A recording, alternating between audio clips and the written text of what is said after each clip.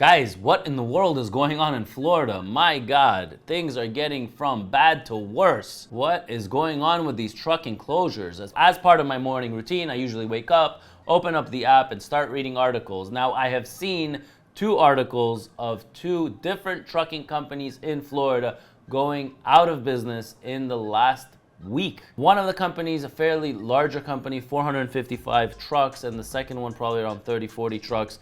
Let's get into it. What happened? Why in the world did they close the doors? What are they blaming it on? Well, I think we kind of know what's the reason behind the closures. The freight rates are disastrous. People cannot survive now in Florida. I know when our trucks are there, I mean, they get stuck there. It's very hard to take them out. Now that's to Canada. I can't even imagine what's going on into the US, but I hear it's just as bad, if not worse over there. So 455 truck drivers who hauled freight under the banner of Flagship Transportation LLC, a logistics company where their headquarters are in Medley, Florida, say they have had no contact with their company executives since last week. So basically, out of nowhere, lines shut down, there's no dispatchers, there's nobody there. As drivers start coming into the yard, they probably just end up leaving their yard and going home. There is no contact with your dispatcher, no reloads, no nothing. So I guess the word gets around that they have seized their operation.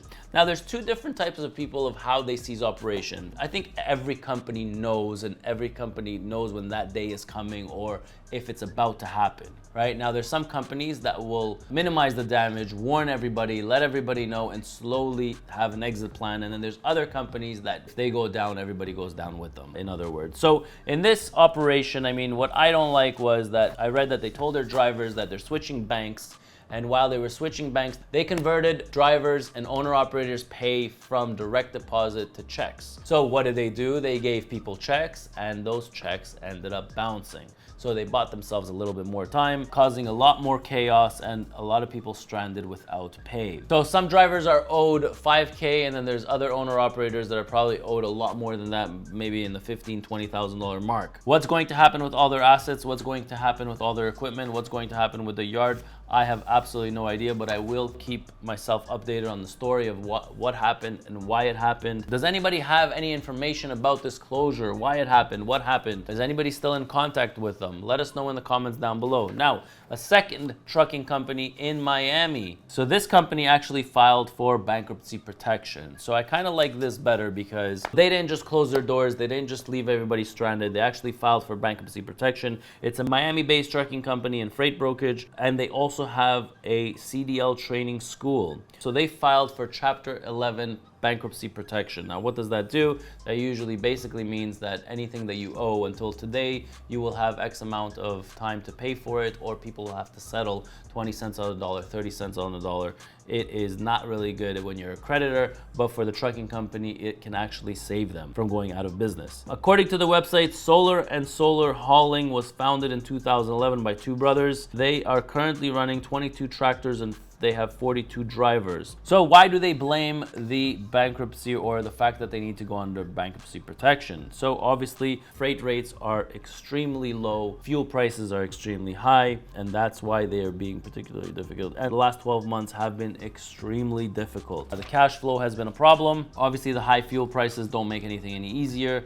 And there has been a higher cost to keep their fleet active. What does that mean? That means repairs and maintenance. As the equipment is getting older, the cost is getting higher, the labor rates are through the roof, therefore causing companies to struggle. So are we going to see a ripple effect from these companies? Are there other companies that are struggling? Absolutely. I'm in touch with a few companies that have about 300 to 500 trucks. I can tell you that the situation is not good in the US. They are really struggling. Now, what happens when you have a fleet of 300, 400, 500 trucks? Now, the second freight or layovers start happening, people start going to other companies. So imagine you have 300, 500 trucks. Imagine layovers start accumulating. So you have drivers laying over all over the US. Well, that driver, when he gets to the terminal, you can be sure that he is giving his notice and he's out of there. Now, when you have 50, 60, 70 trucks out of the 500 that are giving notice because they're leaving, oh, it's going to be really, really bad because you cannot recruit that fast these drivers. The vacancies will eat you alive. the vacancy rates, the trucks, the payments. It is a really fast snowball effect right after that. And I feel like, as sad as it is, because I really don't want to read these articles first thing in the morning, but I feel like I'm going to be reading a lot more of these articles over the next 3 or 4 months if things do not get better. Now, yes, we are in March right now. Yes, the produce season might save the situation just a little bit. I have a feeling that people that are doing bad right now, or people that are already in that spiral effect, they ain't coming out of it, and the produce season is not going to save them. Guys, if you want to check out a video that I've done about bankruptcies, I'll link it up here. You can check that out. Basically, it's a video on companies that went bankrupt, I think in 2022. It's a really interesting video. Why don't you have a look at that one after you watch this video? I really hope that this is not going to be a ripple effect and there's going to be a lot more companies, but I have a feeling that there's going to be more companies that are going to follow. You have to watch out for the signs of if your company is going bankrupt. You do not want to be one of those drivers that you're owed $5,000 to $20,000. Owner operators, especially you guys, being owed $20,000, $30,000 can cripple you. Okay, and can put you out of business. Don't put yourself in that situation. If you see that your company is having difficulties, if you see they're playing around with your pay, if you see that the mileage is not there, if you see that you're not getting paid on time, those are red flags and you need to run. Hopefully you learned something from this video. I'm Ronen, R-O-N-E-N, and I'll catch you in my next video.